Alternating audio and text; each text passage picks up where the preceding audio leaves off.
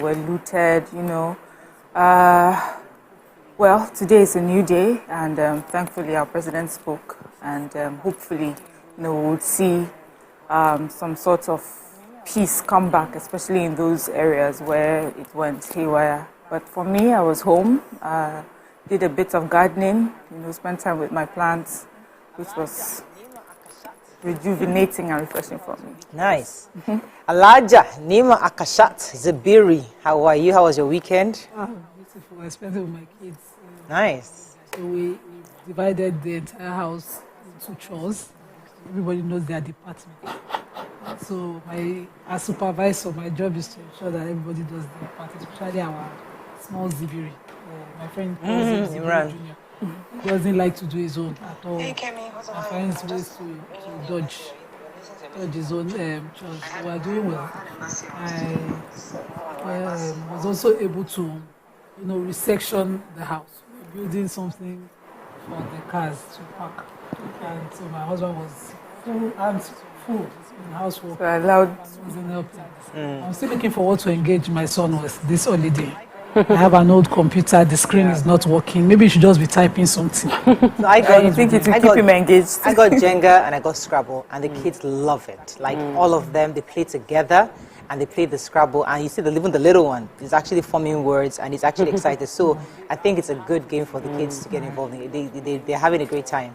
I would have to be involved. I am not willing to be involved, but the boys won't play on their own. They would want to play with their little brother. The older twin, the twins are feeling like older, we're not. Each other's best friend. Like we want to do our own by ourselves, and then someone should do. And the gap is wide. So I love what you're wearing. Like I feel like I should just. Oh, really? Blue is like. So I got a jacket. Somebody sent the jacket to me. I have to get her hand to post it. And it's really nice. Got me with white pants. The white pants was slightly tight, but I had a blue skirt, so I just matched. It works. Thank it you really so works. Much. So on Saturday, jacket. Thank you. So I went for a conference on Saturday, Be Inspired Network. I know the founder, Chioma Obaro, and they've been doing this thing. That there was a time that there was Facebook groups were the thing. So they had like a Facebook platform. And it's just interesting to see 6 years down the line, the entire hall was full of Be Inspired members from outside Lagos, within Lagos, showed up to attend this conference, and I got to speak there. I'm very grateful for the platform. It was beautiful. I was praying when the protest started that would they be able to still do their conference on Saturday, but as God will have it, it was peaceful enough for everybody to gather, and it went successfully. Then yesterday I watched the cartoon family movie with the children, and it was just nice. A lot of all these animated movies have such strong messaging about identity, being comfortable with yourself. They've sent a lot on Netflix. We know now because of the holidays, so they've put out so many of them right now. We're enjoying them. I have to congratulate the families. Over the weekend, I was at a wedding. Remilekun, Agbola, and Oladele Olawale. Thank you. Congratulations. Congratulations. Lovely couple. They had a great time on Saturday. I was there. It was Sheung, my brother invited me. Okay. And it was fun. But sadly, also on Saturday, we lost one of our in-laws, Chief Williams. He passed away on Saturday. He's still rest in peace. He's 85 years old. And yesterday, I was in church to celebrate with my girlfriend, Kemi. She had a huge testimony. She underwent a serious major surgery, and I mean, it was really a terrifying experience for her, her family, and I love that she had a really close-knit tribe with her. They were there to support her, and we just went to just thank God for her. So it was a really busy weekend for me, but we thank God for all. Thank God. Yeah. Let's go on a short break now. When we come back, look at the front pages of the paper. Stay with us. We'll be right back.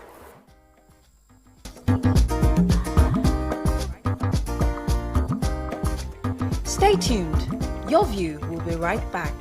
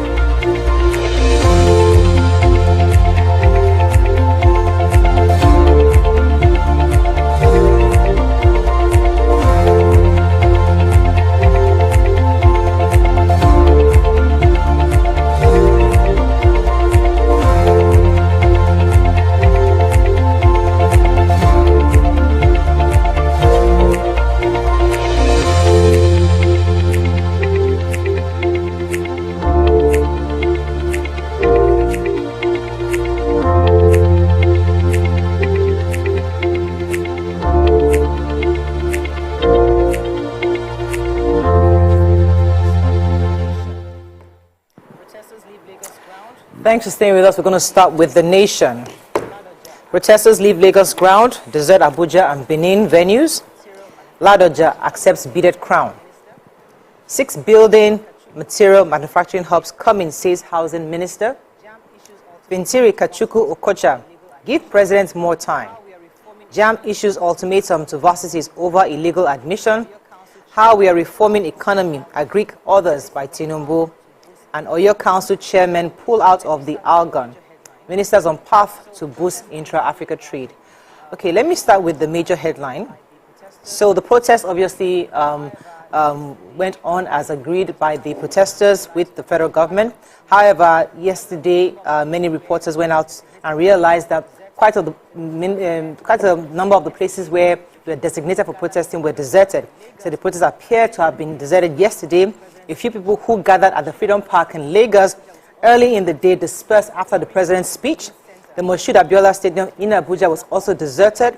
The popular ring road in Benin Center, Benin City Center, of the protest since Thursday was cleared after the president's broadcast. The president had told during his 25-minute broadcast, he has said that he had called on the protesters to hold off on their 3-day protest and said that their medium to long-term plans he has to ensure development in our country. Immediately after the broadcast agreement broke out, some bit of disagreement had broken out amongst all the various demonstrators in Freedom Park, saying that they were going to continue with the protest. So that was ongoing, but we don't know how it's going to happen today because many groups have come out saying that they're going to continue today. We'll see how that goes on once we have word from our correspondents who are out there to get feedback. It's even good that you took this story. So let me follow it up with the 33 council chairmen in Oyo State who dumped the Association of Local Governments of Nigeria over the Supreme Court's judgment granting financial autonomy to local governments across the country. Oyo, kini so?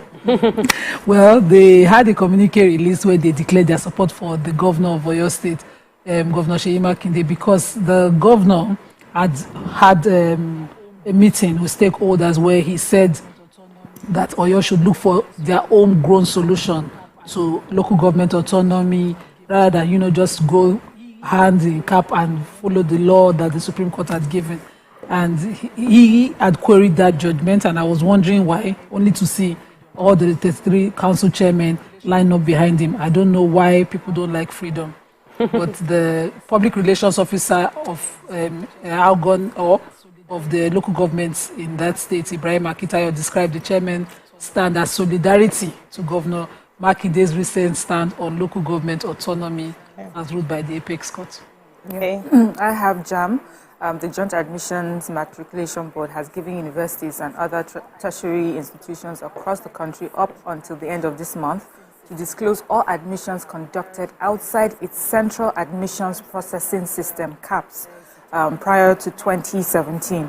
JAMB says that there is a tendency that they've seen that many institutions admit candidates outside the approved central admissions processing system platform and the process. And they've abused this window, and so this CAPS was first, they had put it in order to maintain fairness, across board and transparency across board for, for admissions. But they found that there are some schools have been making admissions outside this particular process. And so they're giving them now or never is what they said, this 1 month, to disclose their records, to show all those who were given admissions outside the CAPS.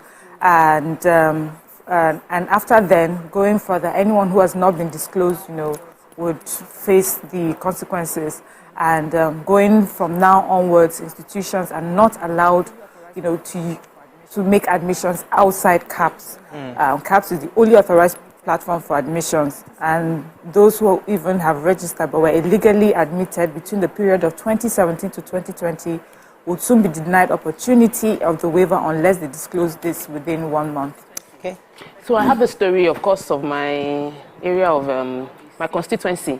The federal government was speaking concerning the fact that there would now be 6 geopolitical zones. Within the 6 geopolitical zones, housing hub. The Minister for Housing and Urban Development, Ahmed Musa Dangiwa, said that they would be building it in Shagamu, the southwest, Aba, southeast, Warri, or Asaba for South-South, Ajaokuta for the North-Central, Kano for the Northwest, and Gombe for the Northeast. He made the announcement while speaking to the Yiwu China Africa Business Council. And he said that the plan is not just for the hub. This manufacturing hub will be for housing materials, for companies to build and manufacture housing materials such as tiles. They want companies to propose. They also intend to declare this area free zones, which means that manufacturing equipment that are brought into the country will not have to pay taxes or duties over the equipment being brought in. 100 hectares of land will be designated within each of these geopolitical zones, and companies that are willing to partner to build this area will be given every support the government from the government they will need. Power, water, and land will be available to them to build this hub, whereby encouraging affordable housing if we are able to provide things, produce things like roofing sheets, ceiling materials, tiles material, doors within Nigeria. It's an exciting move. I'm waiting to see a more thorough roadmap on how it would work and what will be in it for the investors, what will be in it for Nigerians as well. The Punch. Hunger protest Tinubu speech attracts knocks and kudos. JAMB gives tertiary institutions ultimatum to disclose illegal admissions. NDLEA arrests 12 with drugs hidden in baby food. Hardship. States get 570 billion naira grant. How we broke 20-year jinx to reach Olympics quarterfinal, says the Tigress. Debt may hit 130 trillion by December, says report. And marketers stop fuel queues and resurfaces. Okay. NDLEA have arrested 12 persons suspected of possessing illicit drugs hidden in Cerelac baby food tins. They said that 36 parcels of strong strain of cannabis weighing 18.5 kilograms were hidden in 6 cartons of tins of branded Nestle Cerelac baby food. They said that the tins, when opened, you see that they were still factory sealed, but they had compromised the bottom. That's how they were able to put the drugs in. But it led to the arrest of, as reported here, he said it was an effort in futility as NDLEA caught up with them. So with all your Kurukere moves, NDLEA will still catch up with you. And of course, it goes on to show that other arrests were made after they had recovered 7 packages of Canadian Loud, a synthetic strain of cannabis that was weighing 38.5 kilograms. These were found in compartments of 4 cars. They hid them, and they were about to ship them out, but NDLEA caught up with them. So, well done, NDLEA. Okay, let's take one more story for the break. Okay, so I have the grants to the governors. According to the president, while addressing the nation over the weekend, he said that a total of 570 billion has been released to the 36 states to expand livelihood support to their citizens. More reason why we should be asking the governors how far. He also, gave account of other details of that list, which we'll be addressing later. But this 570 billion, all 36 governors will get it to expand livelihood within their states. I tried to read the entire story to see what, that defines, but right. They didn't capture it. Okay, let's go on a very short break. When we come back, we continue with our review. Stay with us, we'll be right back.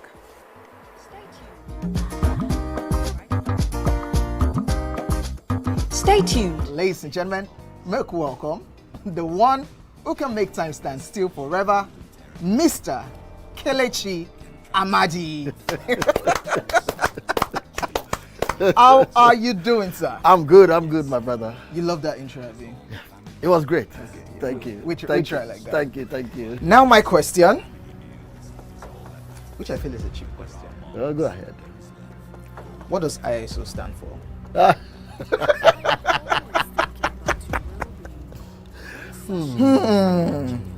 is it.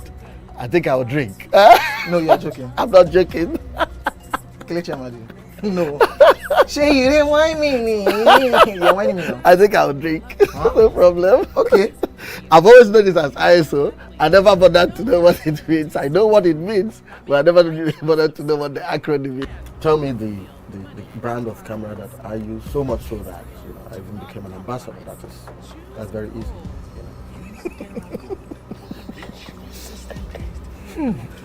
Very, It's supposed to be, yeah. I just said, let me give you this one. As a token of my appreciation. Soon. Drink! Wait, I'm not done. You did not say final answer. Final answer. You did not ask me if that was my final You don't answer. have any choice again. It's only Michael. how many cameras do they have? My Michael. friend to drink. I gave you a very easy something. Michael now.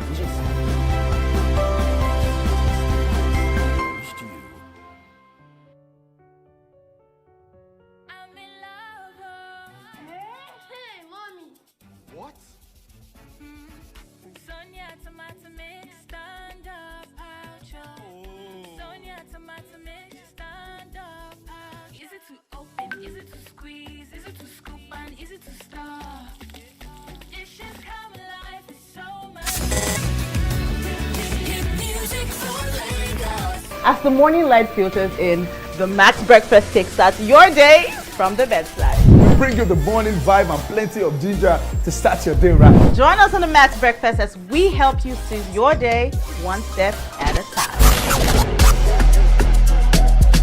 On Max Hits, we've got the ultimate playlist for you. We give you back-to-back. And all the biggest news from the world of entertainment, only on Max Hits. Area, waiting the apple, waiting the shop. Tune into our award-winning waiting the 102.3 Max FM. Lagos, Nigeria, you're welcome to the Max Drive. Whether you're there for inside motor, you're there for inside traffic, we're there for you with a Max Drive. You know what it is. It's the Max House Party.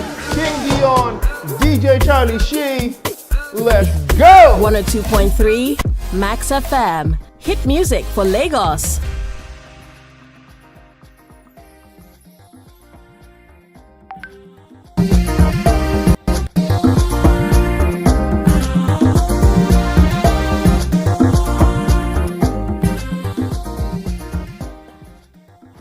Thanks for staying with us. We're still reviewing Punch. Let me take the story from the Olympics. So the head coach and team captain of Nigeria's senior women's basketball team, the Tigress, Rina Wakama and Amy Okonkwo, have explained how African champions overcame Canada on Sunday to qualify for the very first time quarterfinals at the Olympics since their very first appearance in 2004.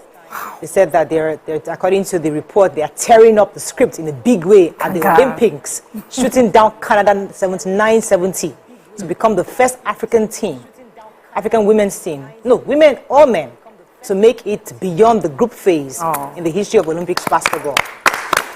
Also, the team's first time good news we need of recording 2 wins at the Olympics, which they did impressively to confirm wins.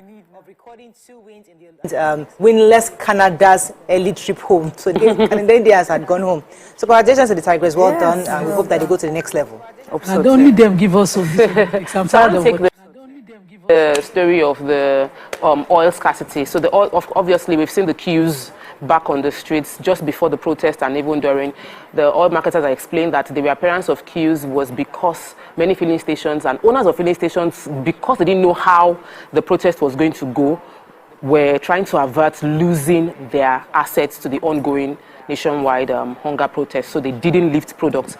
They also mentioned that on the 1st of August, when the protest started, and 2nd of August, no product was lifted at all. The tankers did not load any products during those days, which would mean that there would be a distortion in the supply chain of the product that will be supplied. However, the IPMAN president said that he has urged independent marketers to go about their business normally and ask security agencies to do their best in protecting the facilities because it is pertinent to the nation as a whole. He also mentioned that they don't want to cause more difficulty, and they want to prevent vandalism. They don't want the protest to lead to vandalism within the marketers' properties. So that's why they didn't move products. And they are hoping that with the stability going on now, if there is confirmation that the security officials will be able to protect their assets, they will start lifting and moving products. So, okay, moving on.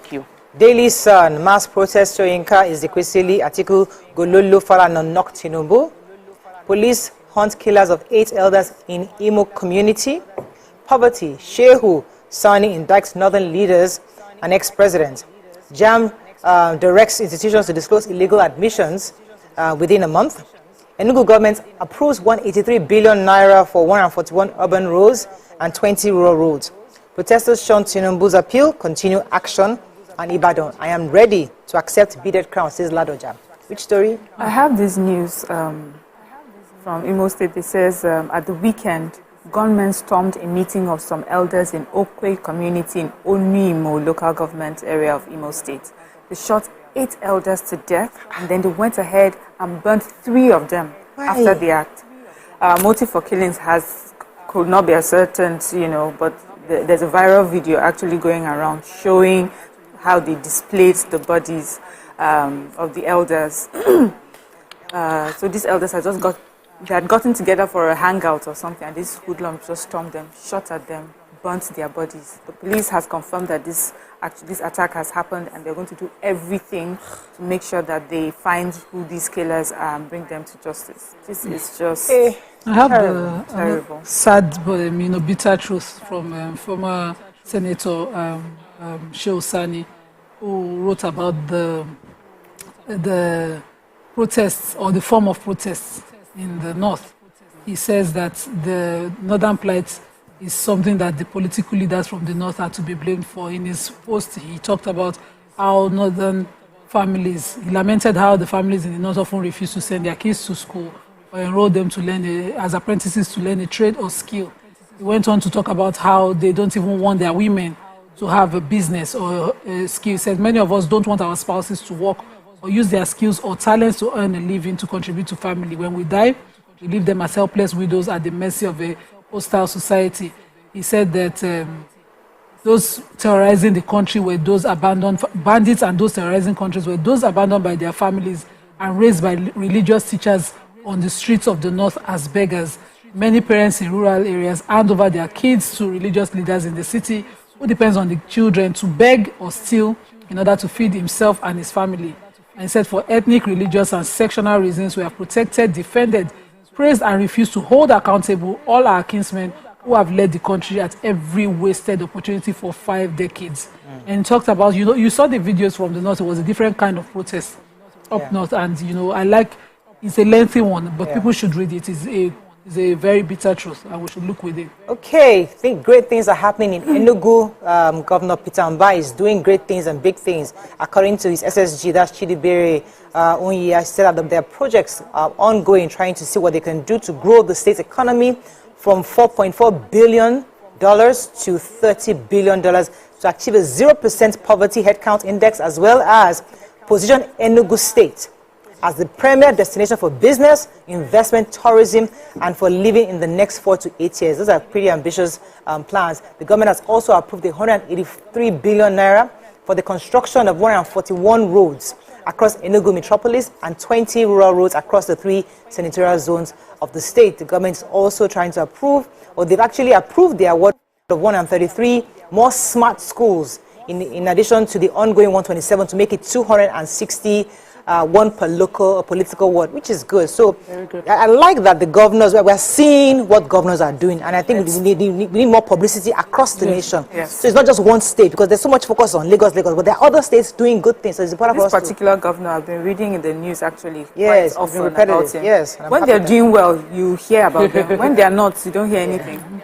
So let me take the story in the papers. Fake corps member, a 40-year-old woman, Blessing Ngozi Abia. She claims to be a corps member doing her NYC, and she was found to have stolen 2 babies. They actually found 2 children with her in a Borno state. One particular, it happened a few months ago. She was caught with a 7-year-old Ngozi Nwombo, and they were rescued. She took them from Ebonyi to Oba in Anambra State, and the security agencies were able to catch her because of the 7-year-old child. While being interrogated, she confessed that she had sold another child to someone in Lagos. This one is the 3-year-old. They were able to rescue that child as well. So the entire process is this is a growth, because many times when we hear these stories, we don't hear the conviction. She's been convicted of what the crime she committed, and she's been sentenced to hanging for stealing and selling children. Of course, to death. She was. Yes. That story is in point, right? Yes. Okay, inside the sun. Inside the sun. Okay. Correct. The point. So why Nigerians may continue to experience hardship after nationwide protests, says experts. Fake NYC member sentenced to death for hanging for kidnapping neighbors' children and selling them. Teenage boy, mother, quack doctor land in jail for serially raping housemaid, impregnating her and aborting pregnancy. And mutual suspicion among ethnic religious groups has eaten deep into Nigeria's unity. How come point always has all these Yes, funny let me take that boy. Human interest. So this, human interest. This 19-year-old boy, Femi Ayekbola, and his mom have been arraigned in court, and a fake doctor. So their house help, a 13-year-old girl whose name was withheld, was being serially raped by Femi. She was raped till she got pregnant, and his mom assisted with the fake doctor's help to forcefully abort the pregnancy. And this girl fortunately met with a human rights, civil rights activist, Lola Way in the state, who helped her, get the police involved. And, the girl was found to have been infected with a disease which was later treated, and they were able to establish the rape. So now he's been arraigned in court, himself, his mom, and the doctor for, the rape and abuse, sexual abuse of the young girl. Okay, the Nigerian Tribune. National broadcast, what Tinubu should have said, says Shoyinka, Atiku, and Falana. NDLA seizes loud shipments hidden in body compartments of 4 vehicles. Terminal operators on collision course over accumulated port charges. Economic loss of protest can't be estimated, says Budget Minister. Enugu government approved 183 billion naira for 141 roads. Why I accepted the ceremonial leaded crown, says Ladoja. And we can't afford new electricity tariff. Universities tell discos. Okay? Who has disco?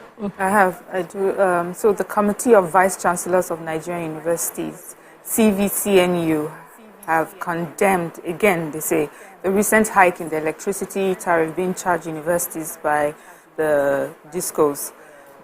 They said the increment is totally uncalled for, as no Nigerian university can afford the new tariff. They also heard that they've now been placed on Band A, and that for them they believe Band A should be for like commercial ventures that they know that they are a social service, and so this does not make any sense for them.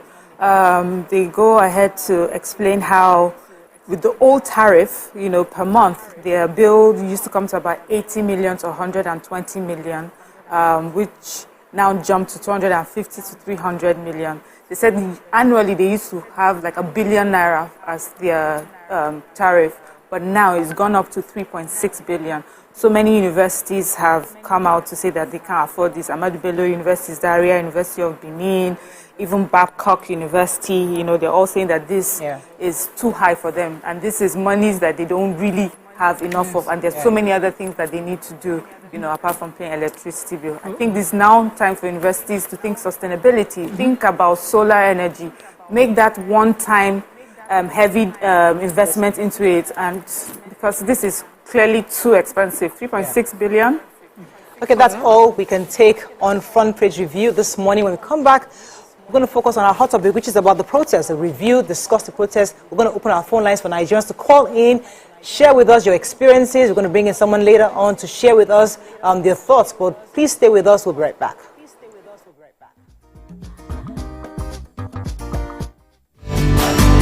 I no one choke, I beg. Hey, my people, I greet you plenty. My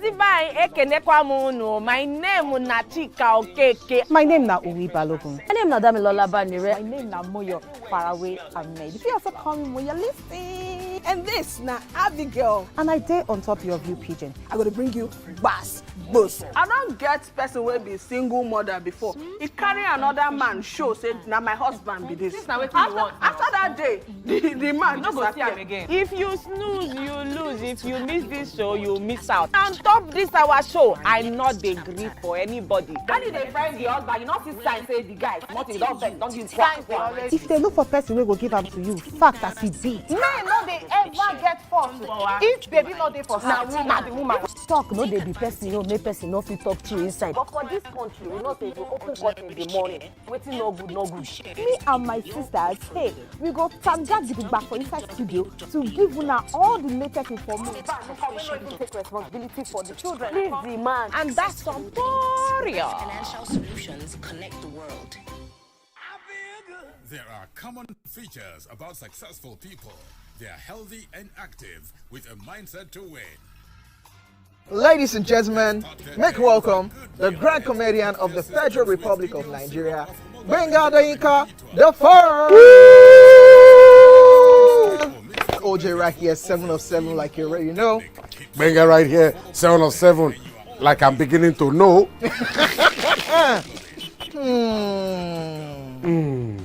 It's now time for the question. You don't scare me one bit. Bata, I go drink. So. Okay. So now one chance for Inter. My first question. Do you remember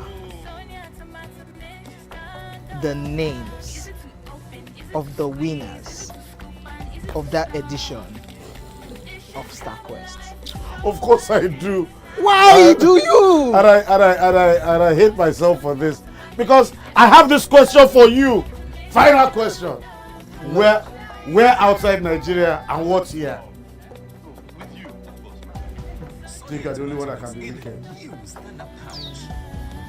I am thinking because I know back in the day. Don't think. Answer my question quick. You are thinking too much. I don't like it. The UK. Final answer. Okay.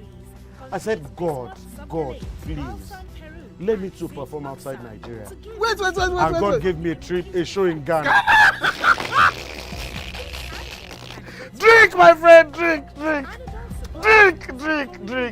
I don't overthink this thing. Yes, you overthink them. I would say you should catwalk. Let's catwalk. Well, we just.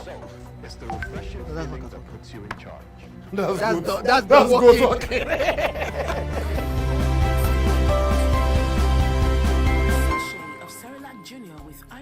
A day provides 50% of your child's daily iron needs to support proper growth and learning. Cerelac Junior, it's all good, Mom.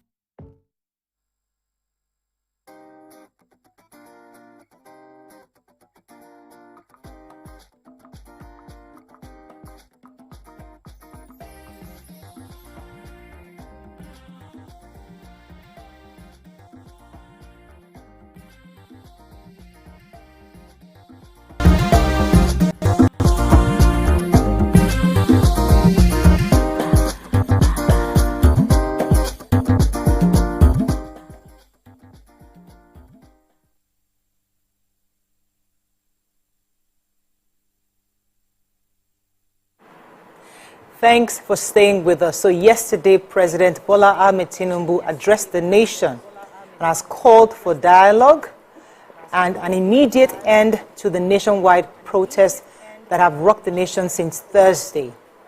Very soon on the show, we'll be having with us a member of the House of Representatives, Honorable Al-Hassan Doguwa, representing the Gua Tunduwada Federal Constituency of Kano, the Chairman House Committee, Standing Committee on Petroleum Resources Upstream, and he'll be joining us later to share his thoughts and speaking on the nationwide protest, especially the violence that happened in the north. But we're going to open our phone lines for Nigerians to call in. Call us on the numbers on your screen. We'd like to hear your thoughts on the protest. What did you do? How did it come across to you?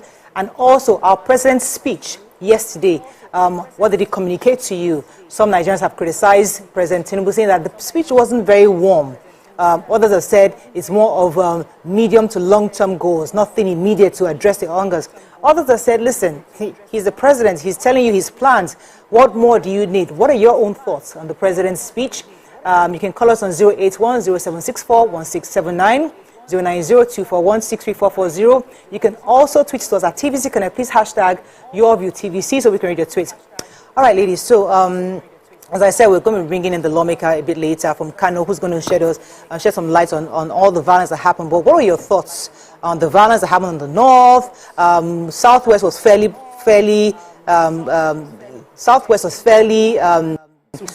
peaceful. Southeast was rather quite quiet. South too was, somewhat. But I think Lagos State Governor also came out to say, listen, was thanking Lagosians for being very civil, coming out to express themselves, but not being violent like his experience at the hashtag EndSARS protest. What are your own thoughts? Let me start with Nima on the protest that happened last week.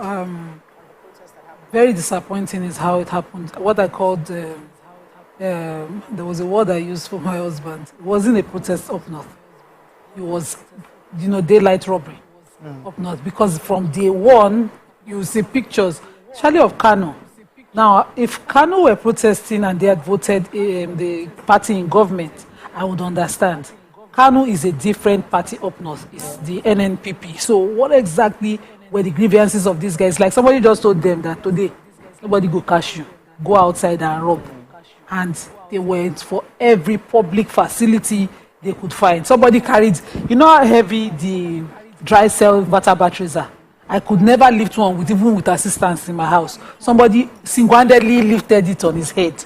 I was like, where did these people come from? What kind of protest? And so when you see, when the agitation for August 1st started, and government was saying no protest should happen, you would see the fear of some states who had suffered every loss from the last protest. You would see the fear becoming reality up north, especially Kano. The way they went at public facilities. There was a rice mill in Zaria that was, robbed. Every single person with hijab on, carried rice. And then, Astaghfirullah will happen later in the evening. But all the religion, all the holiness in the dressing did not translate to, eating stolen food. Let me pause for a second, because there's an argument saying that there's strong possibility, and I wanted to link it to what you said at our last show, that if you don't have a stake in this, you drive. So some people are arguing that those people we saw, they are probably not Nigerians. Many of them are probably foreigners who leave because they're arguing that some Almajiri children benefiting from government, the neighboring countries have come into our country, and they are probably the ones we saw. So I understand that argument, and it's not the first time. During elections, it's also popularly rumored that they're coming from there to vote. But, they come in to vote at the benefit of certain people. I didn't hear any political leader up north speak up against, till now this morning on Tinubu, and I've been looking for, who is that political leader that will speak up against this kind of behavior about this. It's like, your children going out to do something totally against. So I have, observations. I have certain reservations about how government is run. I would like to see, certain things ease out. I didn't imagine that to sell for 85,000, being someone who has to sell it to myself. I would want certain things change, but will I resort to protesting by taking what is not mine as an excuse because there's chaos? We saw that happen. A rice mill was, pilfered to the last bag, and they still went ahead and burnt the mill. I have been raising money for my own money instead of renting mills to process my rice. I know what it costs to buy the smallest meal. You did not just take from the person. Right. You destroyed his entire means of income by destroying his meal. So the North needs to stand up. The North has a different assignment on their own after this protest.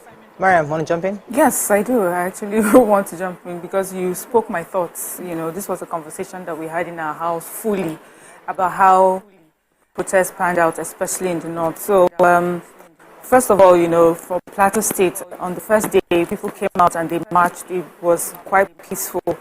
But as of this morning, I'd woken up to hear that the Plateau State governor had placed a curfew because there were threats that it may turn into a riot by today, and I'm happy that the governor took that step. Because as you said, for some of us, we have gone through this too many times. We cannot take it lying down. And that is why what happened in Kano, for me, it has to have been allowed.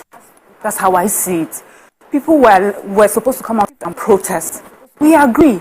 Everything that, that Nigerians are talking about, I'm in Nigeria, I'm part of it. I know there is hunger, things are tough. For many Nigerians across the country, came out and they protested, they marched, they spoke their truth, they expressed themselves, they demanded of the government what it is that they want, and then they went home and they came out the next day.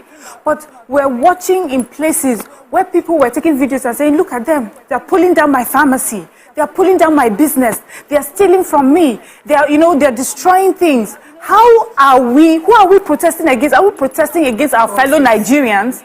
Are we protesting against Nigerians who are working hard in spite of how tough things are to provide for themselves and also provide employment for the rest of us?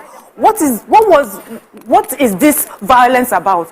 What are we looking for? What do we look hope to gain at the end of pulling down people's businesses, looting and and destroying infrastructure that has been built for our benefit. So for me, it's the excuse that these are people that come from.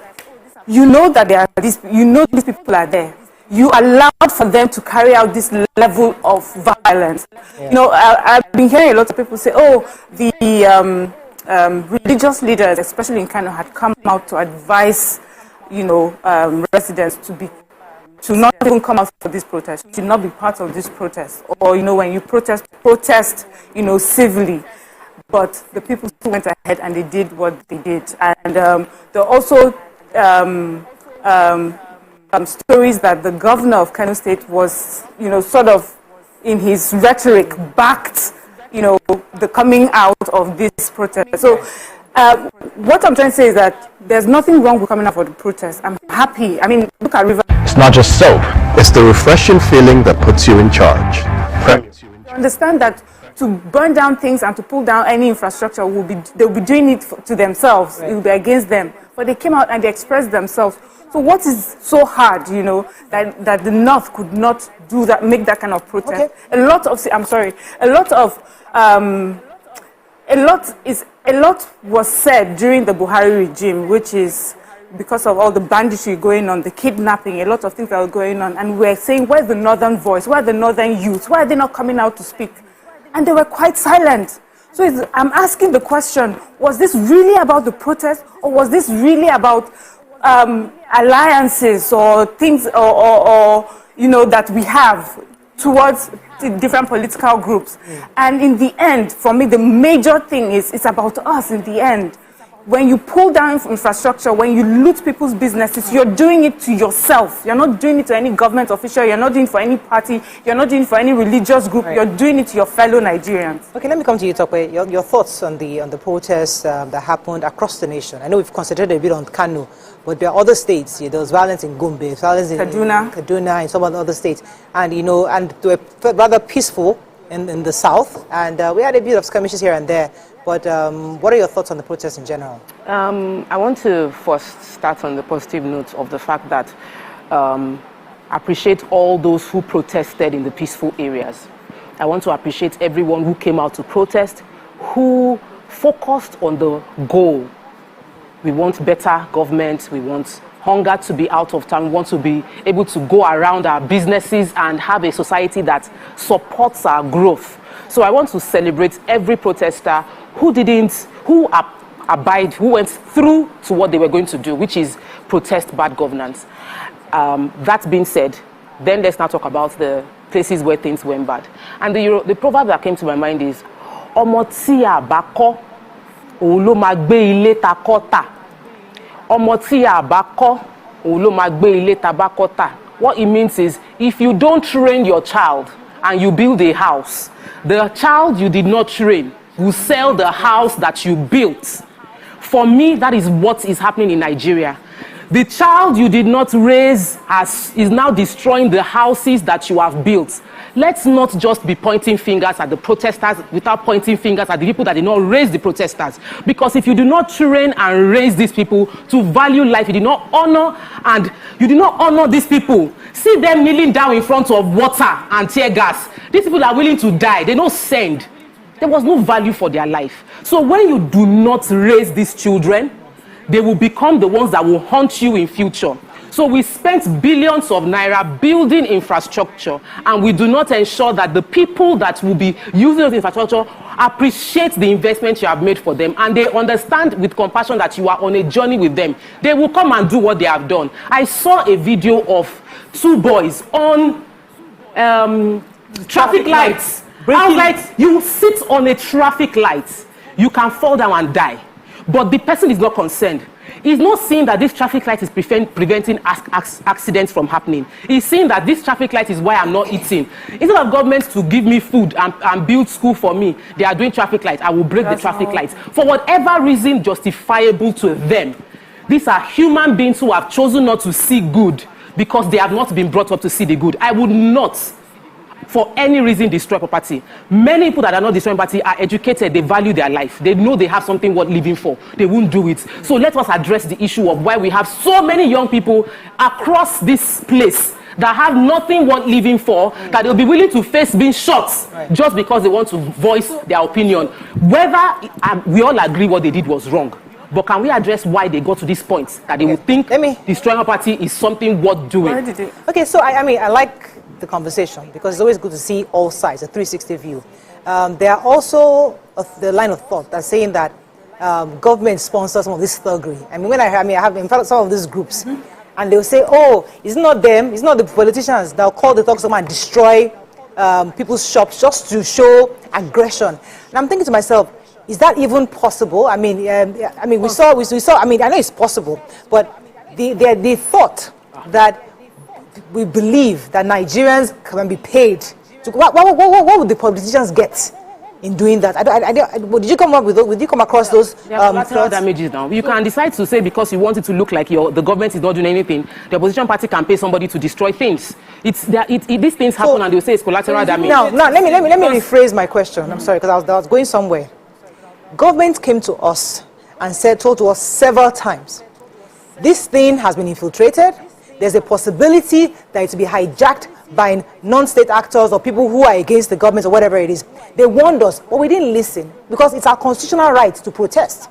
Now that we have protested, these people that came out, who's going to pay for the damages? Is it government? Yes. Is it the people who said we are going to come and protest regardless of your intelligence? I'm going to say, who's going to take responsibility for those private businesses that I would not that were even destroyed? address that immediately. Okay. But this protest had different meanings to different people. Exactly.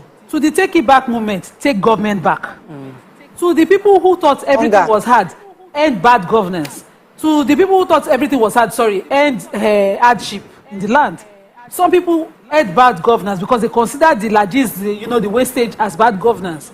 It had different meaning to different people. To the people that we saw in the videos, vandalize is the word. That was the word I was using. This was that come and vandalize protests. These are not protesters. Now, Topa was talking about, these people not being given a reason to live, and so they felt, no. When you don't even value yourself, it's not every educated person that knows the meaning of their self-worth. These people have been, conditioned to do, I must see you do it very well. They didn't know what they were doing. They don't even value themselves. A poor man will become, that values himself will be confident eating his small meal in his cocoon. Most of us who are shouting, we are not joining the protest, or we don't support the vandalism that is possible from the protest, does not mean that we are so rich we are enjoying some largesse at home. It's just, sanity tells you that it is not in destruction of public properties that your problem will be addressed. It is not by the time you burn down a center meant to train people that you address your problems. It is not carrying that grievance out there, stealing from other people's businesses that will address your problems. If you cannot put your problems together articulate it in a very practical way and drop it one after the other, you yourself don't know what your problems are. You simply jump on every excuse. During answers, one of my I have to pause you. I'm so sorry. Let's give an example after the break. Stay with us to be right back. I'm sorry about that. Yes,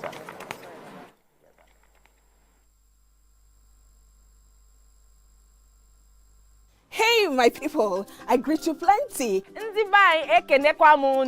name is Nachika Okeke. My name na Uwi Balogun. My name na Damilola Banire. My name na Moyo Faraway Ahmed. If you also call me Moyo, listen. And this na Abigail. And I dare on top of you, Pigeon. I'm going to bring you bass.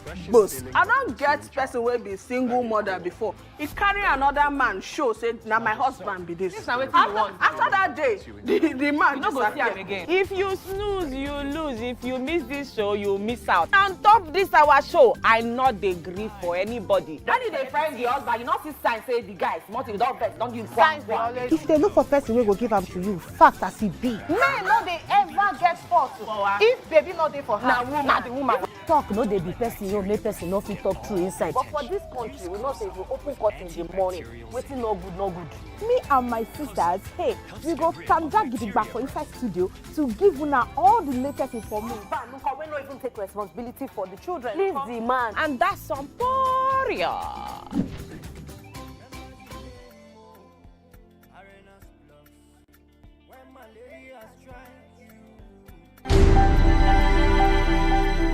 Entertainment to me is everything.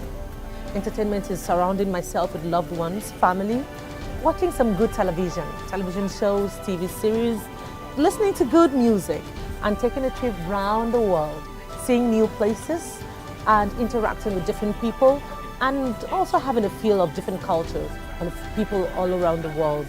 So for me, I would say entertainment is life. It's larger than life.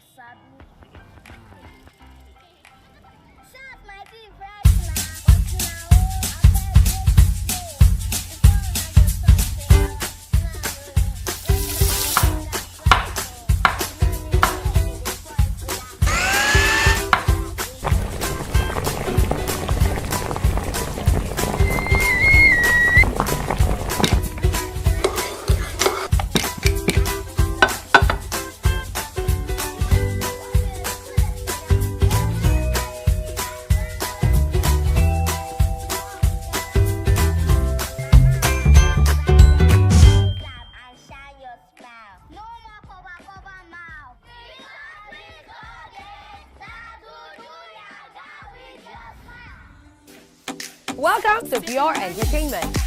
What would you like to order from our menu today?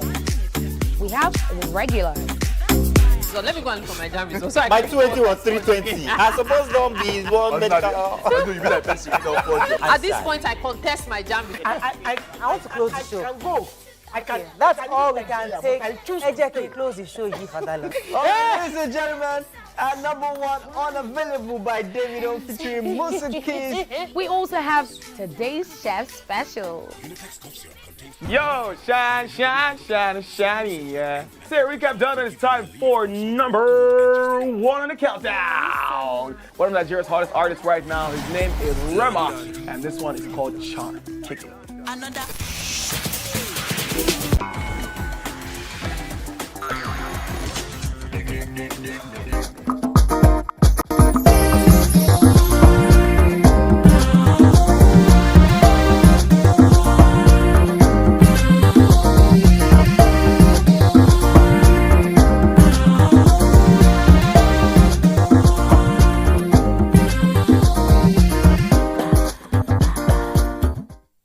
With us. So we're still discussing the protest from last week, and we're going to be opening up our phone lines for Nigerians to call in to share with us their own thoughts on the protest. To buttress what you said earlier before the break concerning the fact that it's not always about poor, rich, or educated or non-educated, because we saw violence in the UK just yesterday or 2 days ago when there was a riot or something. They burnt down the hostel that was accommodating asylum. So asylum seekers, right? So that was done. We saw quite a bit of violence. We also saw, if you remember, I always refer to the insurrection that happened in the US during Trump's time. So sometimes people would get aggravated regardless of where they are. But the truth is that my own, and you guys have not answered my own question, because I feel that we don't believe in government. Yes, many of us are totally jaded when it comes to government. There's nothing they say that many Nigerians listen to. It's like they're talking to themselves. So because we're so jaded, when government says, guys, we have intelligence, please don't go, can you shelve it or reduce the magnitude of your plans? We don't agree because we believe that they don't want us to exercise our constitutional right. Now we've seen the damage. What lesson can we deduce or can we begin to learn from this entire experience, that when government speaks, do we still ignore them, or do we realize that, listen, some people's private businesses that they worked all their life were destroyed just because we insisted on exercising our constitutional right? So I want to answer the first question you had asked, which was, are there Nigerians that will actually receive money from government or politicians to, be part of a violent outcome like this? And for me, I don't think it's even about money. Beyond money, it's about orientation.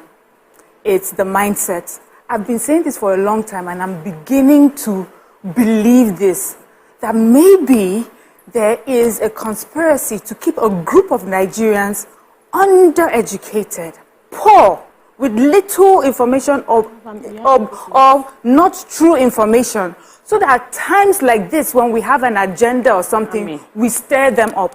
there are Nigerians that are hungry. Everybody knows that. We are all hungry.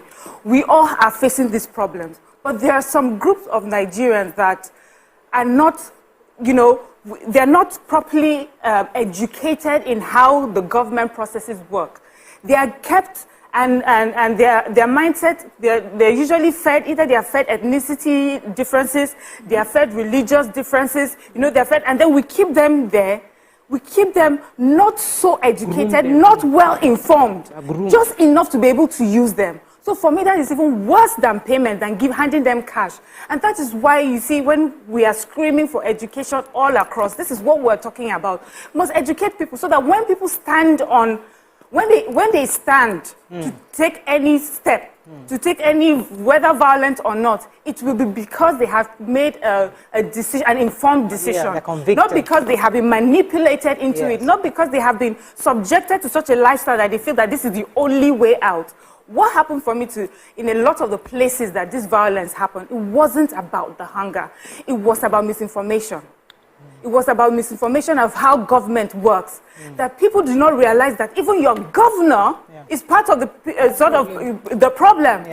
They are talking about all the amount of money that the federal government has sent to your governors. Have you asked them what they've done with the money? Okay, all the palliatives that have been sent to your states. Have you asked your governors and your local government chairpersons what has happened to that? You don't even know how it works, and then they will now rally you together and use you and let you destroy yourself, and they move on with their lives and with their children. Let me take this call. Joseph from Yaba, thanks for calling. You're live. Oh, I'm so sorry for keeping you. Please call the numbers on your screen so that we can hear your views on this topic. Go ahead. So, like Mariam was saying, one of the strong points of education is the ability to think and process, so that you can decipher truth from propaganda, so that education helps you to recognize when you are being manipulated, or when an information is being pushed and a narrative is being pushed to box you into a direction. When before we went on break, Mariam spoke about protesting and we're facing the president, and now I understand everybody is like, oh, Tinubu economy, but we must realize something. Our presidents and the structure of governance goes beyond the president.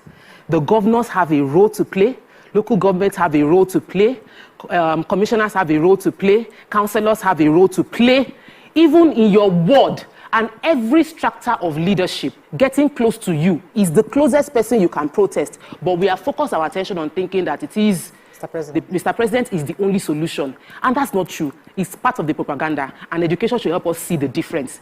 Another thing that I want to highlight in this conversation is the fact that when government intelligence came out, Mariam mentioned it, that she asked the question, government said that we should not protest that, and we went ahead to protest. What is wrong? Me, I feel that the intelligence failed, because if the intelligence was that accurate, you would have seen that there were hot spots of where things could happen, because we saw that there were heavy police presence in some areas, and some areas didn't have that strong enough police presence where these things happen. So obviously, the intelligence was not tight enough to be able to deal with the issue. That's my own opinion, because if you knew there was going to be a crisis and people said they will not stop, then you would ensure that the places where issues can come up, it will come up. We will blame whatever happens. Can I go ahead, let's talk about it. Because the police came and said, I don't have enough men. I don't have enough people. I can't protect you. So please, this is where I know I can be. But yeah, this is a place you protest. So, but let's go ahead. Defense of the police. You know, no, don't defend them. No. I'm not of the opinion that is. I won't sit down here and say I don't stand on one side, because everything has two sides of the story, and we cannot look at one and ignore the other. The police officer that got killed in the line of duty, sometimes we have personal experience in this thing. On Thursday, Friday night, my husband and Mariah was talking. Mariah said, oh, TVC is protected. Don't worry. There are police officers outside. My husband said, we saw them outside in 2020. And they had to leave. Why? Because you also want to protect your life. What will happen to the police officer that died now? Is the son of somebody? Is the father of somebody? Is the wife of somebody? So the police officers too are at risk. So when we point fingers, because there's people online that were saying that police did not do what they're meant to do, they did not protect property and all of that. What happens to them? Do we have enough to cover up for? Okay, let me pause you. We lost like 4 callers so far in this conversation. We've not even had any callers so far. Let me take this call. Adewale for Mobile India. Thanks for calling. Good morning. Good morning. My name is Adewale from Mobile India. been watching your program, and it's more or less that you are looking at the protest. What is the cause of that protest? The protesters gave the government a date that they are coming out, and nothing was done until they came out. And due to the cause of the protest is the champion is hunger. And what I see in this Nigerian government is that there is a gap between the federal government, even state government, even and the people. And just yesterday, they announced 570 billion to share again to the states.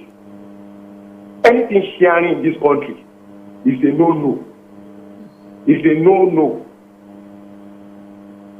I would like Tinubu to make sure that the refinery in his tenure, they should work. Dangote refinery is there, is facing his own problem with the federal government and the cabal that's behind this subsidy. Adewale, I wanted to ask you a question. Are you still there? Okay, so... I wanted to respond quickly because you mentioned that, anything sharing. But when the government responds and gives something to the sub-national, it's assumed that those things will eventually get to the...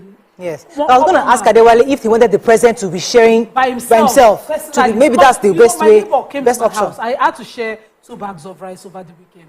My neighbors came to say thank you, and they were like, what is Baba doing for us? And I'm like, this rice I'm giving you, Baba did not know me. This is my market. What I'm asking you is that if Baba were to come street by street, will he govern the country again? It's our only problem in the country beyond... Our only problem is food.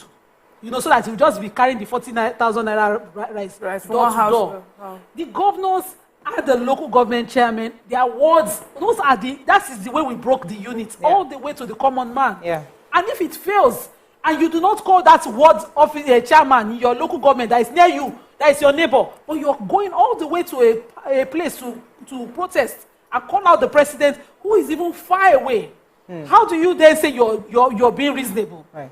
Do you understand? The problem now is beyond food. We have bad governance, starting with the state government into the and it's not a matter of lip service anymore. Okay. When we sit down and say, Mr. President, you want to take a call? Go ahead. No, we have to go on a break, but I wanted to finish because... When you say Mr. President should go door to door and make sure that these things are done. How? How is that even reasonable?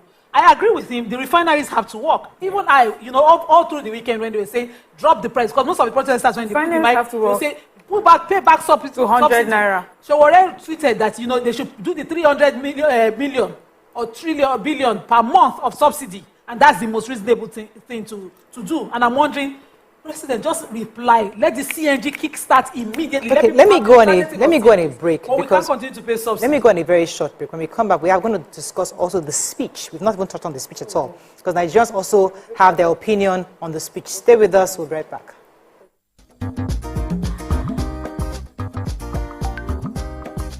Stay tuned.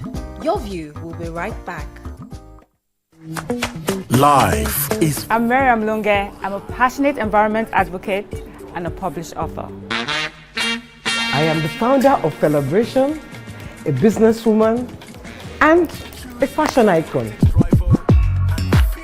I am a wealth coach and a real estate developer. I am Amakora Kwe. I'm a corporate commercial lawyer and an entrepreneur. Welcome to Warhaka. I am Ramatu Shehu Oyibo, an entrepreneur and a business coach. I am the voice of an average Muslim woman, an hijabite, and a lawyer. I am a polymath and a serial entrepreneur.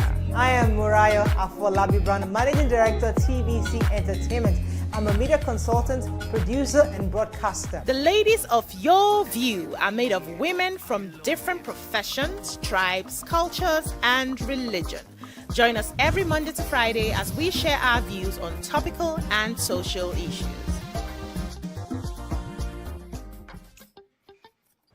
Heartburn and indigestion? Try Just-T, reliable remedy for heartburn, indigestion, flatulence, and acidity. At Access Holdings, we are heading into the next phase of our evolution. And with our rights issue, you get an increased stake in it. From the 8th of July to the 14th of August, you can get your share of over 17 billion shares at 19 naira 75 kobo per share. That's one new ordinary share to every 2 shares held. Visit theaccesscorporation.com to subscribe. Access Holdings, where financial solutions connect the world. Alright everyone, no fool your ears, make we talk. Time don't reach to rearrange the stars to give us a small window. Hello, Niger. The time is right because the prize is right here. Be a part of our turbocharged studio audience for a chance to win amazing and mouth-watering prizes on The Price is Right. Visit www.thepriceisright.ng or The Price is Right on social media for more details on how to participate. Registration is open to all Nigerians 18 years and above. Come on down, Niger. It's about time. The Price is Right is proudly brought to you by Smart Cash powered by Airtel.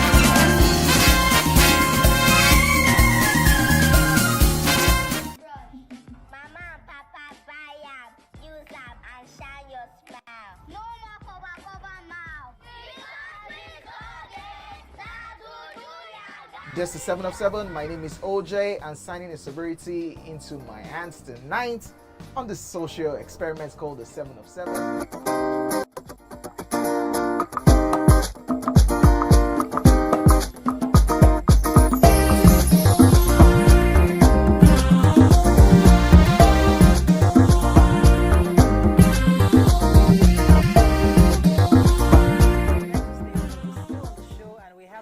Thanks for staying with us. We're still on the show and we have Femi from Spain. Good morning, Femi. Hello, Femi, you're live. Good morning. Good morning, sir. Go ahead, please. My greetings to you. Good morning, Mama Morayo. My greetings to you, lady. I really love your program. Thank you, sir. There's one thing I just want to say to Nigerian youth that they don't understand. It's not maybe we are in Europe, then things are hard. But I love this program and journalist hangout.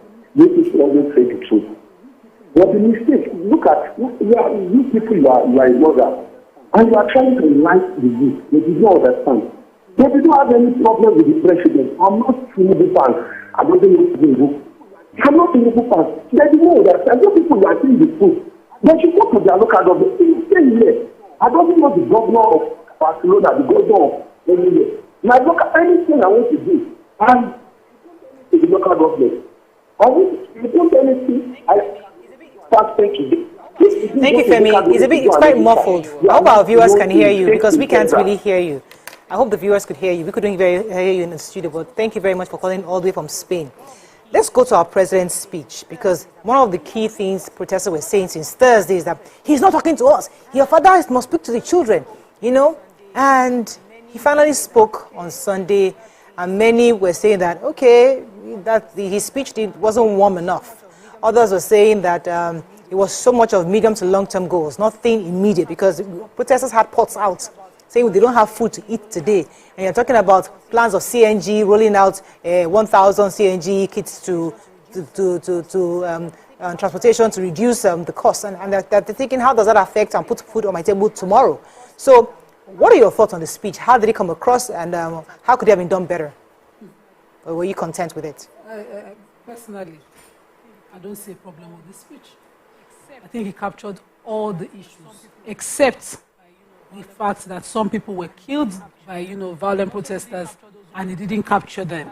He also didn't capture those who were killed by police resisting violent protesters. But for the entire, history of what we have been dealing with up until Thursday, and even after, he captured everything. It addressed the fact that number one of it, he took responsibility.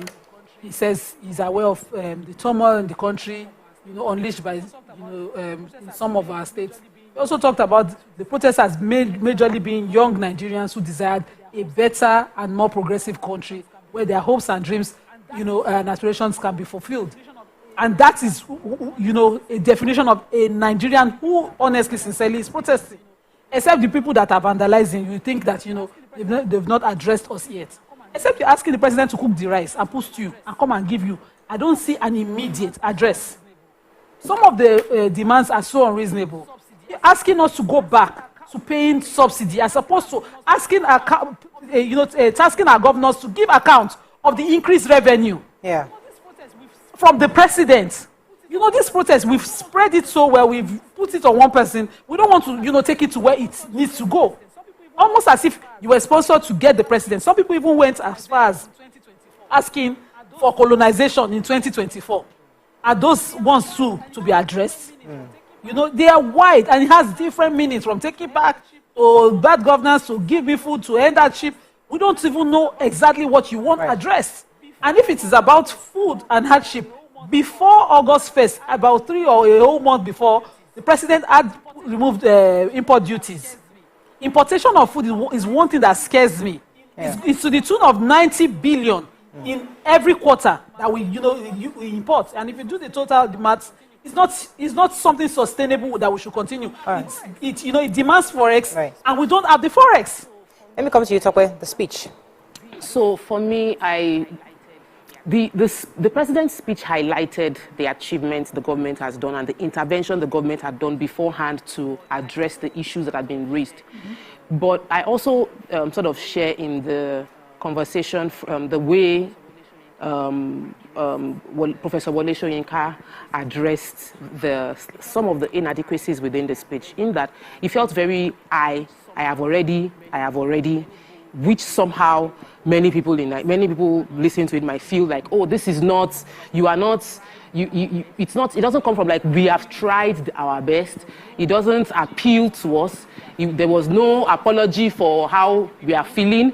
It just felt like, I've already answered you people and you are still complaining, we've done this, we've done that, we've done that, we've done that. So the list of what the president had done were factual. Many Nigerians did not listen to the speech to understand what the president had done. And there are many interventions the president has carried out. If Nigerians would take the time to read and see the things he highlighted that he have carried out, it probably would calm you down. You might be complaining about the tone of his voice. Maybe he did not apologize enough. Maybe you feel like he did not beg you. But can you highlight one by one the interventions that have been given, and let us find the gaps in where it did not get to you? So now, I haven't personally gotten the effect of the interventions yet, as many Nigerians, but a few have, and some have collaborated it for themselves to the disadvantage of majority. So let us discuss that part. But the president's speech carried what he has done, and it was factual in addressing the things he had done. Right. So for me as well, when I heard the speech and I read it, I had to read it because it was the complaints I was hearing that I thought, okay, maybe I missed something, because for me, it came across like a well thought out speech. And for me, it addressed some of the things I thought were the major issues. I heard, from all the video clips and reports that were going on, when they put a mic to someone, you heard about the fuel subsidy, you heard about the exchange rate, and he particularly addressed that. And he says that it's unfortunate, but this is something he had to do. And he expressed it so well for me in the words that he expressed on the reasons why he had to do it. To stop the enrichment of a group of people that have taken over these things was for our own good. And, this subsidy was something that all the, during the elections, all the contestants, all the aspirants use that also as part of their, their campaign. Many of us called for the removal of this subsidy. And then today, to turn around and say that, that is our major problem. Now, the exchange rates, we have constantly complained about that. We now know, he told us from the very beginning, before this, the policy, when he decided to float the currency, we understood what it meant. At least I did. The problem that I see is that we do not expect that we would suffer as long as we're suffering as a result of these policies that we understood from the beginning was supposed to be for our good. Now, for me, what I see that there is a disconnect between either, you just don't want to, sometimes in a fight, you just have to have a villain. Because if you don't have the villain, then who will you be angry with? You need to create someone that you have to be upset with. That's one. And so everything that person does, you will find a reason why the person is not doing it right. Now, thirdly, there are serious issues on ground. And for me, it is in the fact that we need to understand how government works. We need to understand who and who we can call, who we should face. That is why education is so important. Government should not think that when they send money when we have distributed money in our budget for education, you can pocket it. Tomorrow, these are the sort of things that will happen to you. You will talk to your people and they don't understand you because they can't go to school to hear how it is done, to understand how government works, how palliatives work, how when someone is taking advantage of your right, who to go to and how. So that's our problem right now, is what I see. You know something that occurred to me when I was hearing the president's speech and everything, that I love to watch political dramas on television. I mean, there's no political drama on Netflix I have not watched. I take them in a lot. And one of the things I realized that is different from politics abroad is that communication, over communication to the people. I tell myself that what Asiwaju is doing right now is somewhat surgical, because we've had years and decades of decadence in our country. And he's coming now to somewhat fix. And when a patient is in surgery, when you have a family member that is doing surgery, what the doctor does is after every procedure, you come out to inform the family, this is what we have done. We're going to be doing this after, it's going to take us 3 hours. You come back again. It's a long procedure. It happens. They keep coming to give you information on what we're doing. What I think is missing is constant communication, such that you have a chief press secretary who comes out every single day. I have watched it in international drama where every day the CPS shows up and there's a public briefing. You can ask 2 to 3 questions. You might even not have much to say. It could be just one paragraph. The president is going on vacation today. He's going to go, and they'll ask you, why is he not going to Okogosi? Why is he going to London? Give me a second. The point is that it is possible, because where we are as a nation, people need information, because we can't wait for these long speeches to come, because half of them, 90% of what you just said, we don't get it. Nigerians don't understand it. But imagine, I'm almost on Nima, but imagine if every single day a jury is showing up, telling us, okay, today they met with XYZ investor. Today something happens. Then tomorrow, okay, yesterday's investor meeting, we have a follow-up this. Something, because where we are as a nation, we need that constant information. Because if Nigerians had that information at their fingertips every single day, this kind of protest, when people start churning out all sort of false information on social media, they can say, but a jury yesterday said this. And the president did this the other day, because they have information constantly. So they don't believe now. They don't believe it when it comes in chunks, because it's very, very difficult to believe. But if you join those who believe. Are you guys understanding me? I get you. We hear you. You know one. As long as I've communicated, we hear you. Is it until they do it American style? Come and stay in front of TV. That press briefer. What do you call it? Yes, press every day is here. And just a press briefing. Yes. Except you're telling me that by Onuga's tweets or what the president is doing. And he should do it physically. Is not enough. You want to see their face and drama in style. Because we sit here every day. We take this news every day. Somebody was talking to me over the weekend and I was saying to the person, I take this news every day. I say these interventions every single day. Even in the president's speech, he addressed that we've reduced our debt servicing from 97% to 68%. Some people don't get it. That doesn't make sense to the Yashikira. Would Nigerians believe it if a jury is reading it? But do you know? Would Nigerians will not believe it? They want to see let me tell you the difference. At protest Let me tell you the difference to Nima. Let me give an example. Monday morning, Bayo Onanuga shows up, press briefing. It gives us his data. A journalist asks 1 or 2 questions, because he's asking questions on behalf. He's asking Yasikira's question. He explains. But this thing you just said now, how does it affect Yasikira? And he explains it to her, and he breaks it down. Tuesday, he comes out again. We are doing this, we are giving you CNG.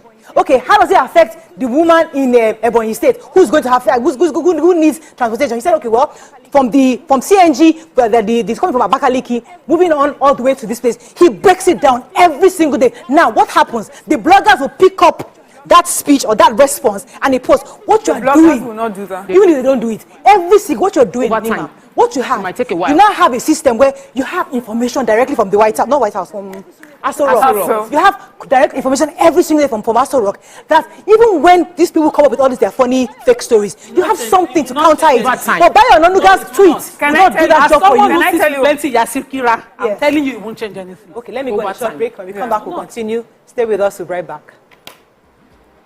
I get on. Stay tuned.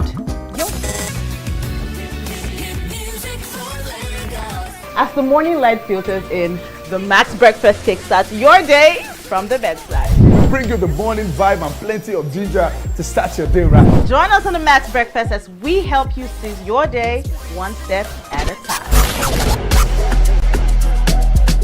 On Max Hits, we've got the ultimate playlist for you.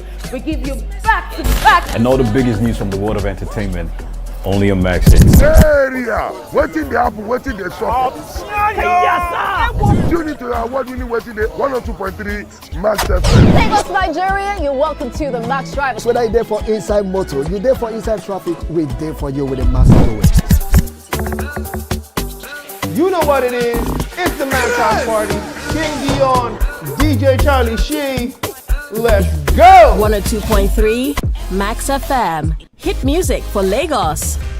Visit www.theaccesscorporation.com. Ladies and gentlemen, make welcome the grand comedian of the Federal Republic of Nigeria, Benga Dainka, the first.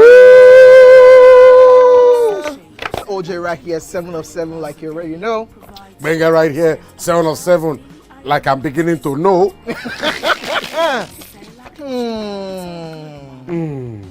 It's now time for the question.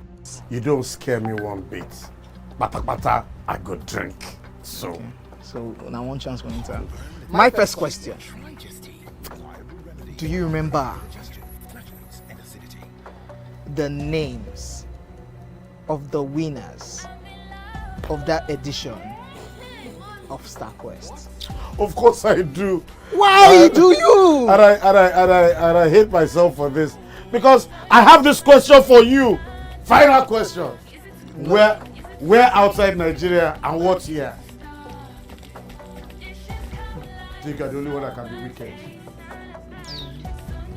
I am thinking because I know back in the day. Don't think. Answer my question quick. You are thinking too much. I don't like it. The UK. Final answer. Okay. I said, God, please, let me to perform outside Nigeria. Wait. And God gave me a show in Ghana. Drink, my friend, drink. I know. I don't overthink this. See where I can. Yes, you overthink them. I would say you should catwalk. Let's catwalk. Where are we? No, that's not catwalk. That's good walking.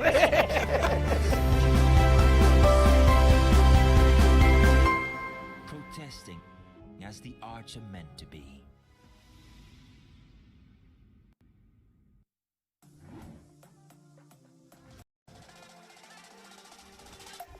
This week on Reality Check, we have exciting news for you.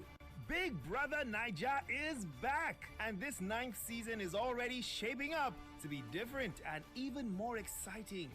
You know you cannot lie on Big Brother. The truth will come outside. Ibuka, first of all, feel my steez now. Come on. You are wearing black, you are wearing white. You are here for war, you are here for peace. Tell me. I don't take nonsense. You understand? No time. Praise is the combination of steez and real. We are also going to take a look at the season finale of Love Island UK Season 11. Ooh, the winners of Love Island are... maybe John! But first...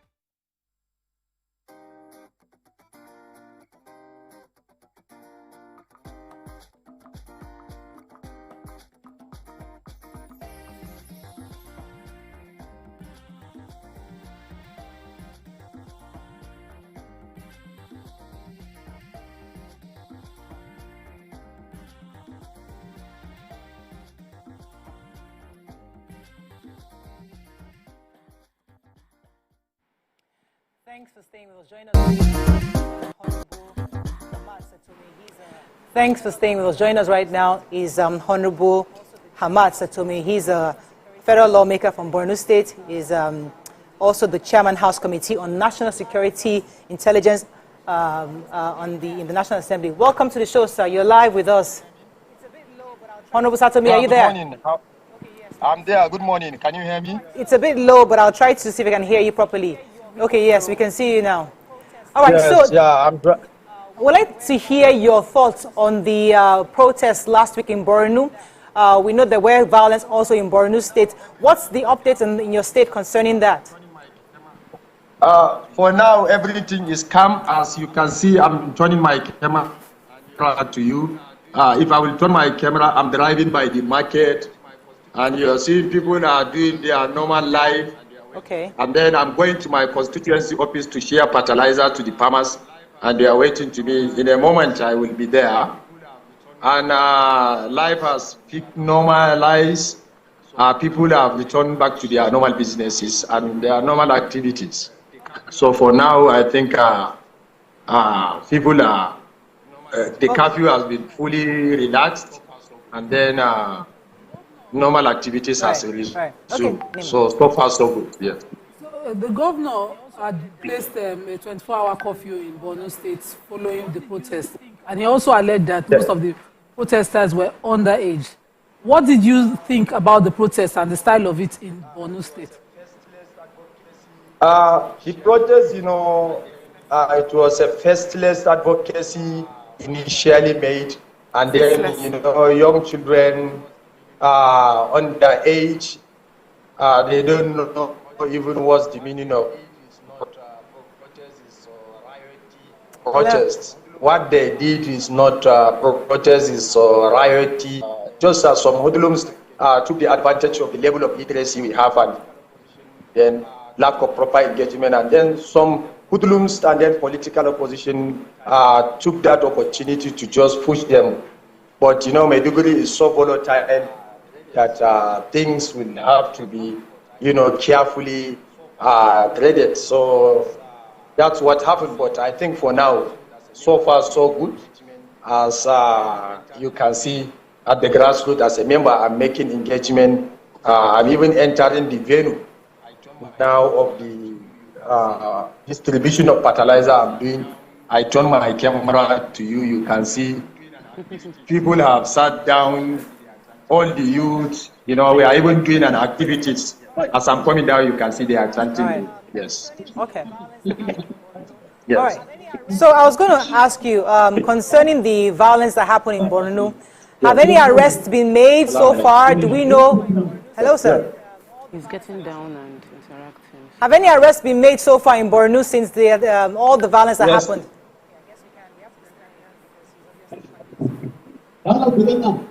Okay, I guess we can. We have to disconnect with him because he's obviously quite busy right now. Hello, sir. Are you still there? Okay, we really wanted to get some updates in Borno, and we also wanted to bring in our lawmaker from Kano, but unfortunately he couldn't make it either. So, but hopefully in the coming days we'll still get more information on the happenings. But it was important for us to open our phone lines for Nigerians to call across the nation. You can call us on 081 0764 1679 090 63440. You can also tweet to us at TVC. Can you please hashtag YourViewTVC so we can read the tweets? Do you have any tweets or comments ready on social media? I was going to say for the Kano rep, I really wish he could get on here because I have some questions, especially concerning the fact that rioters were flying the Russian flag. Where did they get that? What does it mean? Is there a collaboration with Putin anywhere? What is happening? That is obvious, unpatriotic. As we know, it's also illegal to have done that. So I want to know why we went that far. And also that in Borno State, just as the rep said, because that would have been my question, he said that a lot of the children, they were children, and a lot of them did not even understand why they were out on the streets. And we allow our children to come out, things like this. One person died, many were injured. It's so unfair that we use our children in such a way. Politicians or whoever it is that would have done that, that was... Olatunde from Songo. Thanks for calling, Olatunde. You're live. Hello, Olatunde. Hello. Good You're morning. live. Go ahead, please. Yeah, please. I want to talk about the grant being given to the governors. You see, if governments want to do something like this, I believe they should give that to the local government chairman, because all these governors, if they want to be sincere, if government gives them something, they have to go to their various states, call their people, address them. That, okay, things are hard, but the government are trying their best. There's something this man used to, governor of Osun State used to do then. We call it Palliatives, which is open for us. It is monthly. They will call all the local government chairmen in the state. That, okay, the allocation you have collected last month, how do you spend it? And they will explain to the people. People will be calling in. If you say you do something, maybe you say you repair a road at those constituencies, and it's not so. You see people calling from that constituencies that, oh, Chairman, what you said is not. So something like that. Then I believe if federal government wants to do another ground like that, like they can summon all these private sectors, those who are producing food stuff, like Dangote. You can subsidize some food items, like Indomie, spaghetti, you know. If you ask them that, okay, how can we reduce the cost of production? If they reduce the cost of production of those things from private sectors, they can sell it at the cheaper rate for the people. So, and in the north, all those boys that are protesting, they are underage. They don't know what they are doing. And that is a thing that the children of the poor you pay to train will not allow you to rest. All right. Thank you very much for that today. Thank you very much. It's so sad. So, Mariah, you asked, there was a conversation that was ongoing before, and my take on that conversation was the fact that I lost. Yes, but you know, when we were discussing and you brought up the issue of the Russian flag and all of that, it highlighted the article I read from Bosuti Jani, who was someone who spoke extensively about what they are trying to do in using education, the ICT center, the investment, huge investment that had been put into that NCC industrial hub.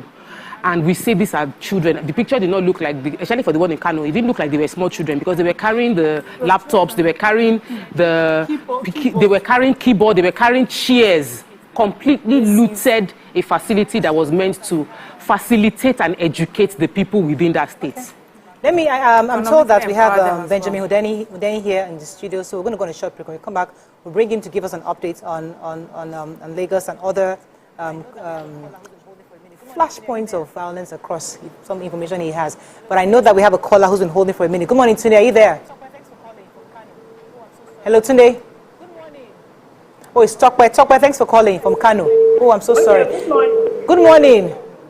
Oh, can you hear me? Yeah, yes, very clearly. Go ahead, please. Okay, all right. I have a lot of things I want to talk about, but let me see. Number one, about the police.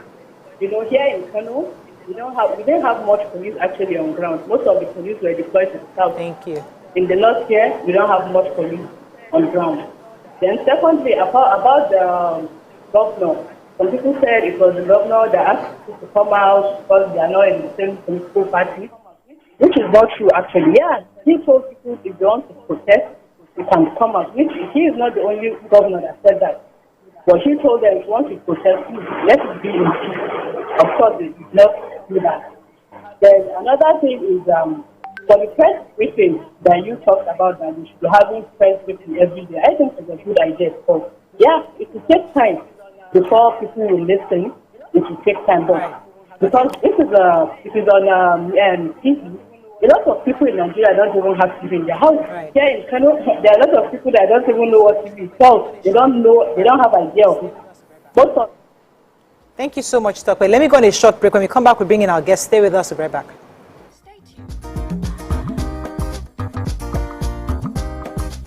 Stay tuned. I'm Miriam Lunge. I'm a passionate environment advocate and a published author. I am the founder of Celebration, a businesswoman, and a fashion icon. I am a wealth coach and a real estate developer. I am Amako Arakwe. I'm a corporate commercial lawyer and an entrepreneur. Welcome to Warhaka. I am Ramatu Shehu Oyibo, an entrepreneur and a business coach. I am the voice of an average Muslim woman, an hijabite, and a lawyer. I am a polymath and a serial entrepreneur. I am Murayo Afolabi Brown, Managing Director, TVC Entertainment. I'm a media consultant, producer, and broadcaster. The ladies of your view are made of women from different professions, tribes, cultures, and religion. Join us every Monday to Friday as we share our views on topical and social issues.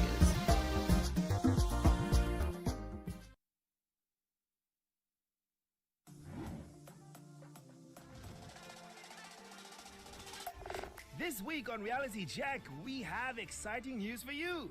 Big Brother Naija is back, and this 9th season is already shaping up to be different and even more exciting. You know you cannot lie on Big Brother. The truth will come outside. Ibuka, first of all, feel my steez now. Come on. You are wearing black, you are wearing white, you are here for war, you are here for peace. Tell me! I don't take nonsense. You understand? No time. Praise is the combination of steez and real. We are also going to take a look at the season finale of Love Island UK Season 11. Ooh, the winners of Love Island are... Ladies and gentlemen, we have Made Kuti in the building. It's still 7 of 7, and we've been doing a whole lot of protesting. The only thing that remains is just to carry placard. It's about 5 of 7, to be honest, because ask your question. I have so much to speak about once we finish. We'll not give you the time because it's 7 of 7. I will make the time now. He said he will not ask questions about science. No. Neuroplasticity. And based on he asked a question that was subjective about high life, and he did not finalize his answer about a Kuti question where there are only 3 of us. Editor, scratch this part out. That could have possibly composed the music. Editor, scratch this part out. Stupidity is an act of ignorance. Hey God, my dear. Was composed by which Kuti? Femi Kuti. Is that your final answer? God, I'm Shehu Kuti. No, wait, Femi Kuti. You said Femi Kuti. Wait. It can't be allowed. No, you.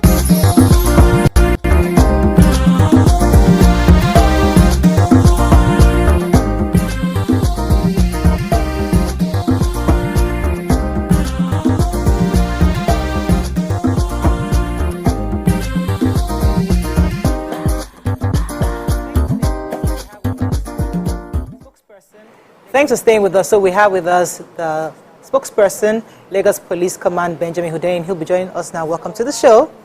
Good morning. To have you. Thanks for having me on the show today. So give us some kind of updates from from obviously last weekend, from Thursday, Friday, up until weekend. What's going on right now? Because we know Ojota is the designated place for protests in Lagos.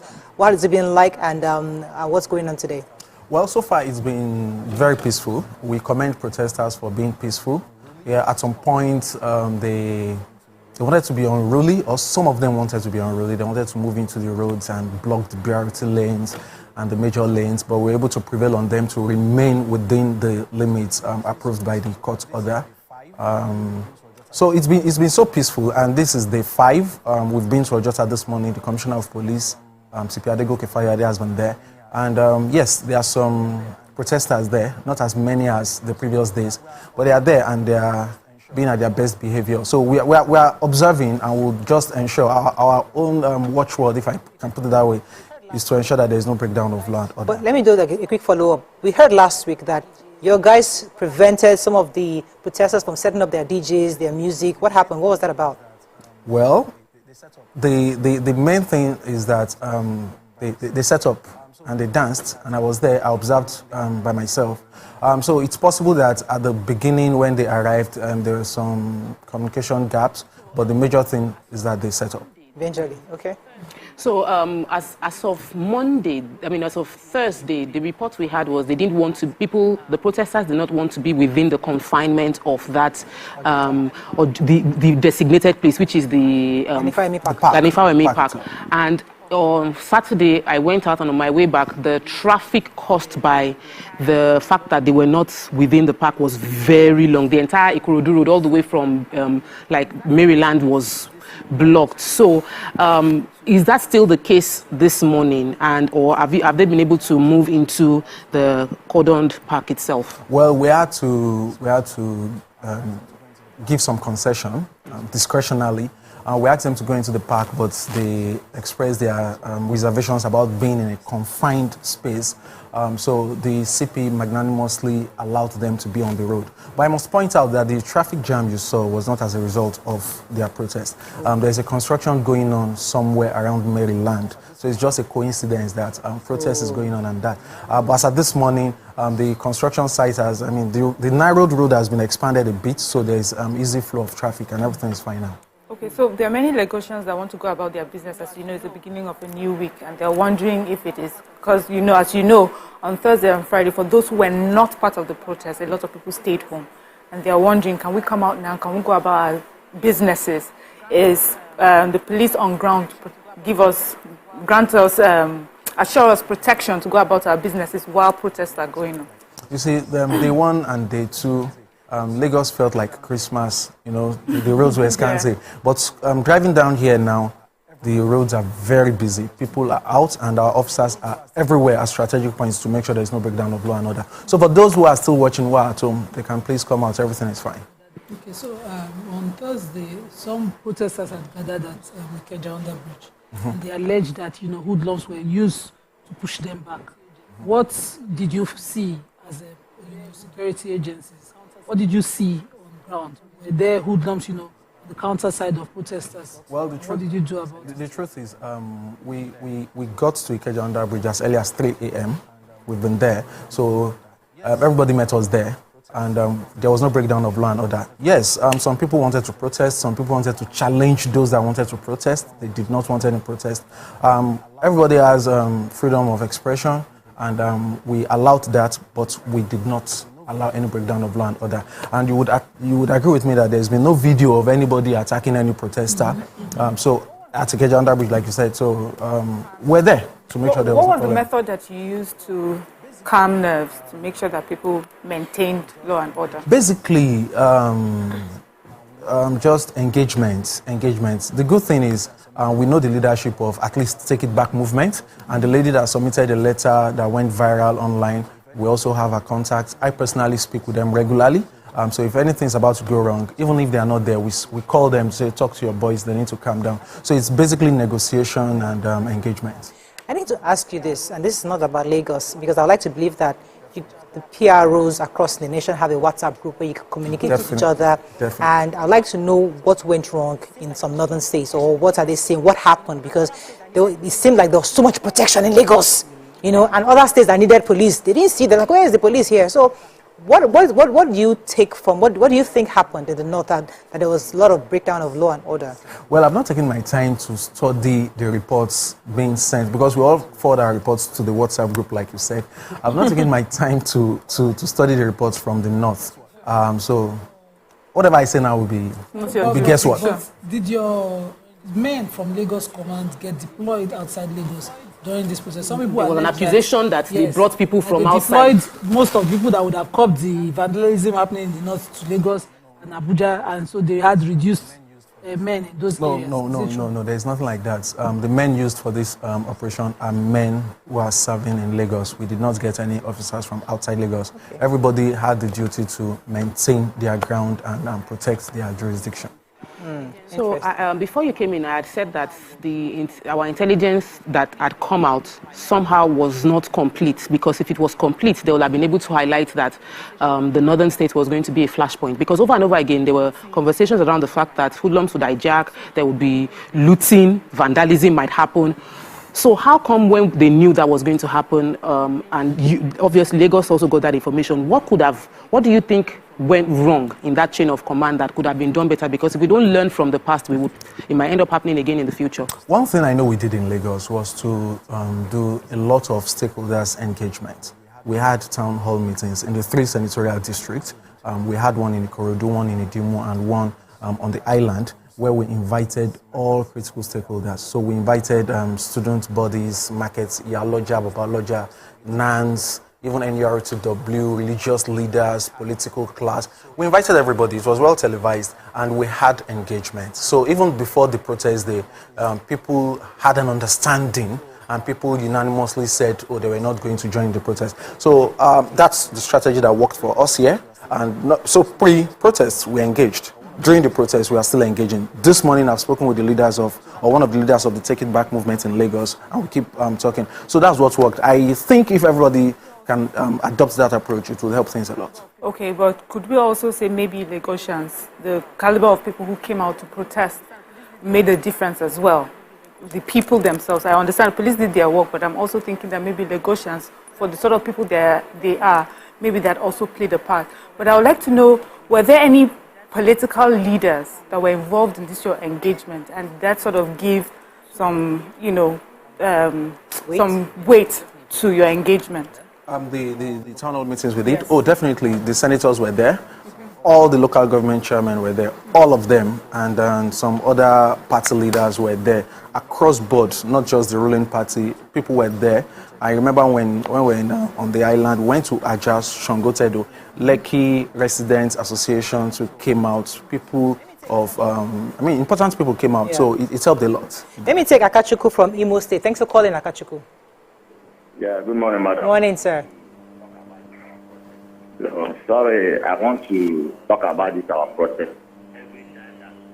because I'm seeing it that every time that there's nobody, our leader just take us, which even follow us, see, you don't reach of your opponent pushing.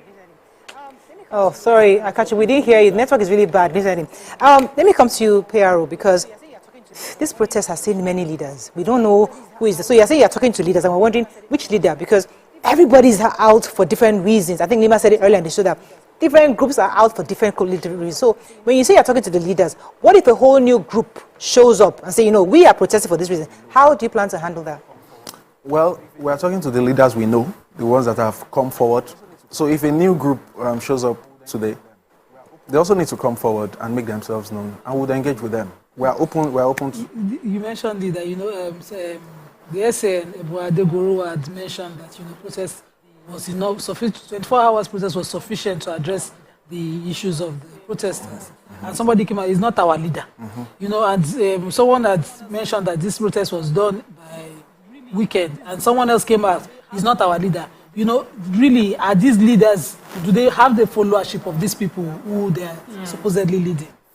Well, we have pockets of followership, following different leaders. And if you have seen the court order listed Take It Back movement, active citizens group, and persons unknown. So it covers everybody. So if anybody comes up today, the court order is still binding on the person, persons unknown.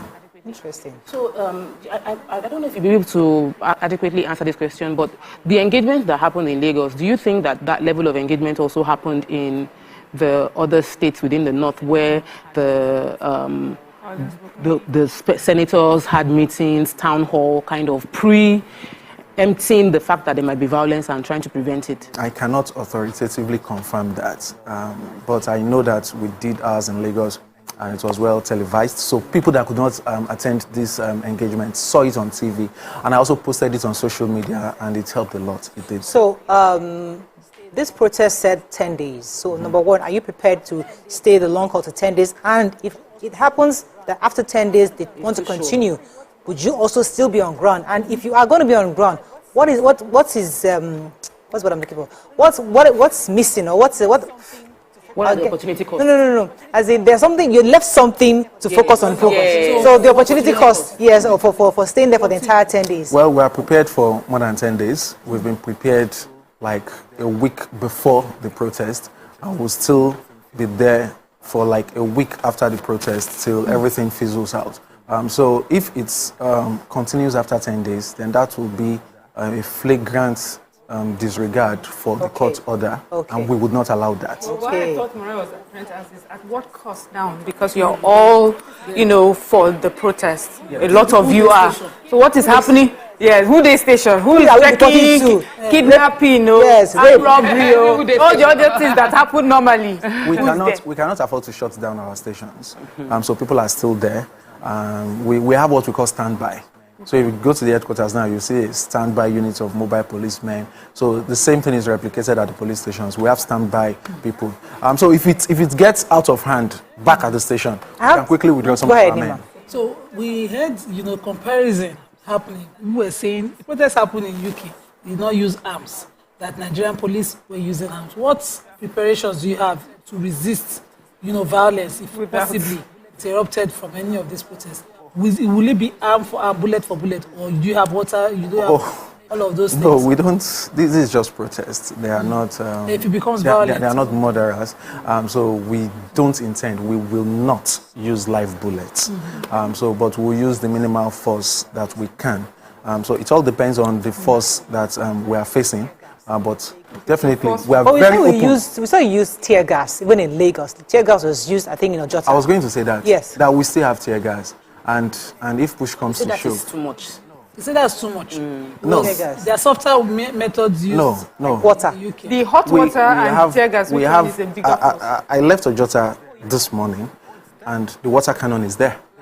It's there. Oh, you have also? Oh, it's there. So that's the first line. The water cannon is there. The tear gas is there. But all of these things are not little. The water can always finish. Nobody. Oh yes. Lagos. Okay, so we use all the water and after that, not through tear gas. And we have tear gas. But the thing is, before these things are used, you are warned to disperse. So it's your choice to stay back and receive the water or receive the tear gas. It's not. We don't spring it on you.